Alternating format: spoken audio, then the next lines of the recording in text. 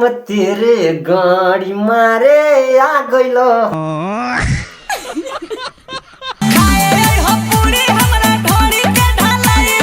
कि भई जमनिया के बड़ी हमार सजाई बा आ खाए यह पूरी हमारा ढोरी के ढलाई बा।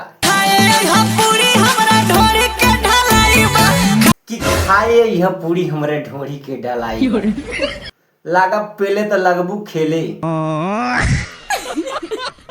हम तरसीले गोरी तोहर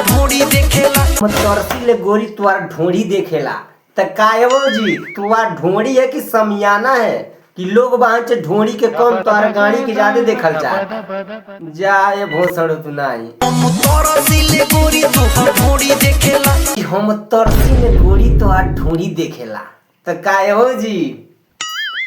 अरे हम कुछ कह नहीं पावतनी जैसे कि तुहार ढोरी न समियाना है और वो समियाना ना जितना ठोका ना उतना ठीक रही।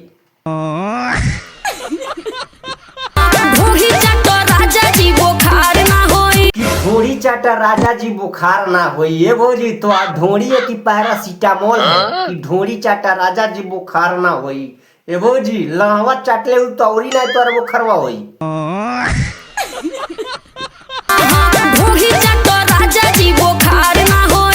ढोरी चाटा राजा जी बुखार ना होई।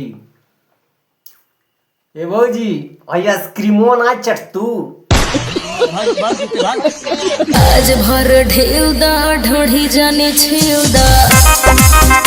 हाँ, आज भर ढील दा गणिया में पेल दा। मतलब कि आज भर ढील दो आ ढोरी जानी छील दो।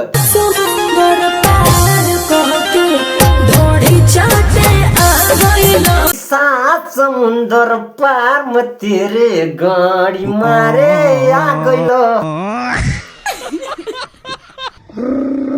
आओ बता आओ काहे पललो भौजी आ आ आ आ आ आ ई का करके बोलावत तलू छगड़ाइले के विचार बा का।